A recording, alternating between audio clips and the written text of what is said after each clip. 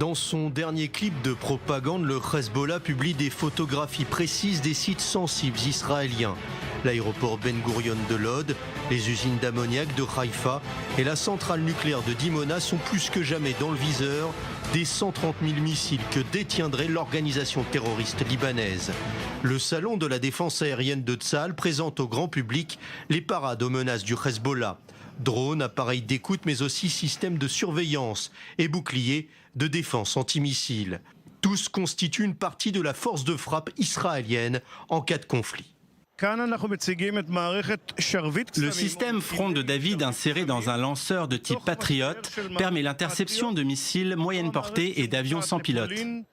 Un système censé réduire au maximum les dommages collatéraux. Or, chaque tir a un coût, estimé entre 50 et 100 000 $ pour chaque missile. Une somme importante qui oblige l'État à prendre ses précautions avant de se lancer dans une opération militaire d'envergure. Pour Ilan Bitton, ancien responsable des forces de défense aérienne, chaque économie réalisée peut avoir un impact sur la vie quotidienne des populations visées. Il faut prendre en compte les coûts des tirs des missiles et les coûts qui peuvent être évités, notamment les coûts de soins des habitants, de réparation matérielle, l'argent réservé aux familles des victimes. Ce calcul doit être effectué par l'État pour assurer la sécurité des populations en temps de conflit. Une sécurité rendue aussi possible grâce aux nouvelles fabrications de l'industrie militaire. Défense des populations et destruction de cibles ennemies, deux objectifs indissociables en temps de guerre.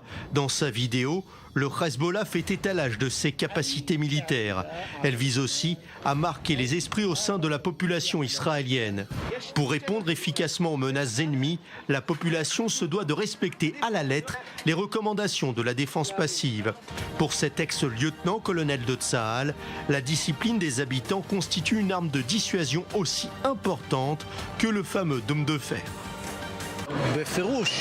Une population disciplinée et en alerte qui ne se contente pas seulement de filmer les dégâts causés par les missiles, mais qui au contraire, par se réfugier comme il faut dans les abris, participe à construire la victoire de l'État d'Israël. Un prochain conflit qui, selon l'appareil d'État, devrait se dérouler sur deux fronts, au nord et au sud. Un défi de taille qui oblige Israël à faire preuve de plus de prudence face à ses ennemis. Toutes ces armes de dissuasion et ces systèmes d'interception permettent à l'État d'Israël de s'engager dans une course au long cours contre ses ennemis. Certes, la population aimerait finir le travail rapidement et affiche parfois son mécontentement, mais face à l'ennemi, il faut savoir être parfois mesuré. Tsahal travaille déjà à retirer les mauvaises racines observées sur son front nord. Un front nord récemment déstabilisé par la découverte des tunnels du Hezbollah, mais qui, grâce aux acquis technologiques de Tsahal sur le front sud, seront neutralisés un à un.